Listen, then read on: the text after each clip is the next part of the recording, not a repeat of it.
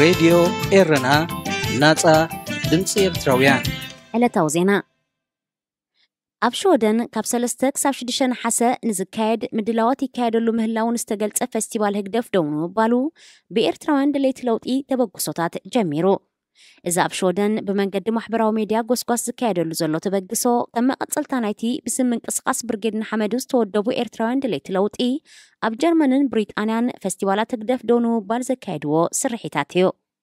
እዚ ፌስቲቫላት ህግደፍ ኣብ ኤውሮጳ ደው ናይ ምባል ስርሒታት ከም ወፍሪ ኣዴታት ዝኣመሰለ ኣስማት ክወሃበን ከሎ ነዚ ናይ ሾደን ድማ ወፍሪ ዳዊት ኢሳቅ ዝብል ስያሜ ተዋሂቦ ምህላው ኣብ ማሕበራዊ ሜዳታት ዝተዘርግሐ ጻውዒታት የረጋግጽ። ናይ ኤርትራን ሾደንን ድርብ ዜግነት ዘለዎ ዳዊት ኢሳቅ ምስ ሓያሎ ኤርትራውያን ጋዜጠኛታት ኣብ 2001 ካብ ዝእሰሩ ክሳብ ዝእዋንዚ ጉዳዮም ሕጋዊ መስርሕ ኣብ ርእሲ ዘይምኽታሉ ድሃዮምን ኣይፍለጥን እዩ።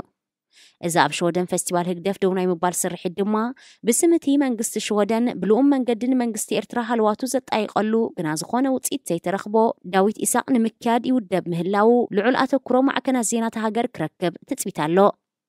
ኣብ ጀርመን ብምምሕዳር ከተማ ተሰሪዙ ብውሳኔ ቤት ፍርዲ ክካየድ ዝተበገሰ ፌስቲቫል ህግደፍ ብስም ምንቅስቓስ ብርጌድ ንሓመዱ ዝተወደቡ መብዛሕትኦም መንእስያት ዝኾኑ ኤርትራውያን ድሌት ለውጢ ብዘካየድዎ ዘይሕለል ወፍሪ ኤርትራ ኣብ ትሕቲ ምልካዊ ስርዓት ንዘላቶ ኩነታት ብዘጉልሕ መልክዑ ልዑል ሸፈነ ማዕከናት ዜናት ሃገር ምርካቡ ይዝከር።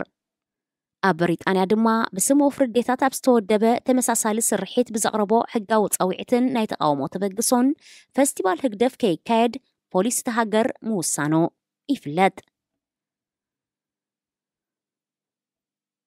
ሩስያ ካብቲ ፍርያት ዩክሬን ዝኾነ ኣካል ብመንገዲ ጸሊም ባሕሪ ብውሑስ መንገዲ ናብ ዕዳጋ ዓለም ክሽየጥ ዝኣተወቶ ውዕል ከም ዝሰሓበት ኣፍሊጣ። እቲ ሃገር ነዚ ስጉምቲ ዝወሰደት ብዩክሬንን መሓዙታን ዘይቋርጽ ተጻብኦታትን መጥቃዕታትን ይቕጽል ብምህላው ምዃና ሚኒስትሪ ጉዳያት ወጻኢ ሩስያ ብ17 ሐምለ ኣብ ዘውፅኦ መግለጺ ኣፍሊጡ። ክልማያት ዩክሬን ኣብ ከባቢ ሩስያ ካንታ ኣተወ ዕዳጋታት ዓለም ንምርግጋእ ኣብ ዩክሬን ዝፈርእ ኣካል ብውሑስ መንገዲ ናብ ዕዳጋ ዓለም ንምብጽሑ ብመንገዲ ቱርኪ ኣብ 22 ሐምለ 2022 ኣብ ስምዒ ከም ዝተበጽሐ ይዝከር። ሩስያ ካብቲ ኣብ ሰንኮፍ ጸንሐ ውዕል ድሕሪ 1 ዓመት ምስሓባ ነተን ብኣውርኡ ኣብ ፍርያት ዩክሬን ዝኾነ ኣካል ብፍላይ ስርናይ ዝምርኮሳ ሓያሎ ሃገራት ኣፍሪቃ ናይ መግቢ ቅልውላው ከይፈጥረለን ዘስግእ ምዃኑ ሕቡራት ሃገራት ኣጠንቂቑ። ዝሓለፈ ዓመት ነቲ ውዕል ኣብ ምኽታም ልዑል ግደ ዝተጻወተ ፕሬዚደንት ቱርኪ ጣይብ ኤርዶዋን ብዛዕባ እዚ ሩስያ ወሲዳቶ ዘላ ናይ ምስራስ ስጉምቲ ብዝምልከት ምስ ፕሬዚደንት ፑቲን ክዘራረብ ምዃኑ ኣፍሊጡ። ላዕለዎት ሰበስልጣን ደቡብ ሱዳን ወደብ ጅቡቲ ንምጥቃም ኣብ ዝህሉ መስርሕ ብዝምልከት ምስ ሰበስልጣን ጅቡቲ ይዝትዩ። እቲ ላዕለዋይ ልኡኽ ደቡብ ሱዳን ብ18 ሐምለ ናብ ጅቡቲ ድሕሪ ምእታው ብሚኒስተር ጉዳያት ወጻኢ ሃገር ማሕሙድ ዓሊ ዩሱፍ ብዝተመርሐ ወኪል መንግስቲ ጅቡቲ ዝቲ ምህላው ኣፍሊጡ። ኣብቲ ዘተ ካብ ወደብ ጅቡቲ ብመንገዲ ኢትዮጵያ ናብ ደቡብ ሱዳን ዘራኽብ መስመር ብምትኳር እዩ ዝዝቲ ዘሎ። ኣገልግሎታት ወደብ ንምርካብ ተጸጊማ ከም ዘላ ትግለጽ ደቡብ ሱዳን ካብ ዝሓለፈ ዓመታት ሒዛ ናብ ጅቡቲ ተቋምት ምህላዋ ክግለጽ ጸኒሑ እዩ። ንምርጋፍን ምጽዓንን ዘገልግል 12,000 ትርቢዒት ሜትሮ መሬት ኣብ ጅቡቲ ዓዲጋ ከም ዘላ ትገልጽ ደቡብ ሱዳን ካብ ወጻኢ ሃገራት ንእትእትዎ ይኹን ናብ ወጻኢ ትልእኮ ነገራት በዚ ወደብ ንምጥቃም ምምደባያ ኣረጋጊጻ።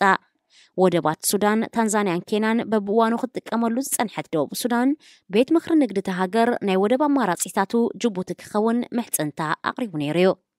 ሚኒስተር ነዳዲ ደቡብ ሱዳን ፖት ካንክኮል ኣብ ዝሓለፈ ዓመት ኣብ ዝሃቦ መግለጺ ወደባት ፖርት ሱዳንን ሞምባሳን ኢና ክንጥቀም ጸኒሕና፣ ሕጂ ግና ናብ ጅቡቲ ክንገዕዝ ወሲና ኣለና ምባሉ ኣይርስዕን።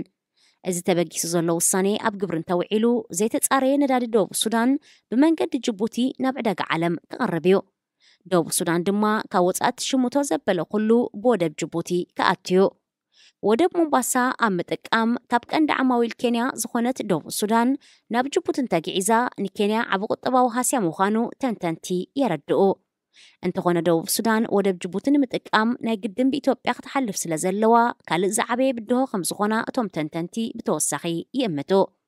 ምስ ደቡብ ሱዳን ዝዳወብ ክልል ቤንሻንጉል ጉሙዝ ናይ ኢትዮጵያ ተደጋጋሚ እዋን ምፍራት ጸጥታ ዝረኣዮን ሓደ ከም ናይ ግጭት ዞባታት ሃገር ምዃኑን ይፍለጥ። ካብ 2011 ናጽነታ ዝረኸበት ደቡብ ሱዳን ንወደብ ፖርት ሱዳን እውን ትጥቀመሉ እኳ እንተነበረት ኣብ ርእሲ እቲ ዘለዎ ርሕቀት ምስቲ ሃገር እውን ብዙሕ ዘየቃዱ ከም ዋንነት ደቡብ ምክፋል ነዳድን ካልእ ፖለቲካውን ወተሃደራውን ዘይምርዳእ ስለ ዝተፈጥረ ጠመታኣ ናብ ካልኦት ሃገራት ከተነብርያ ተገዲዳ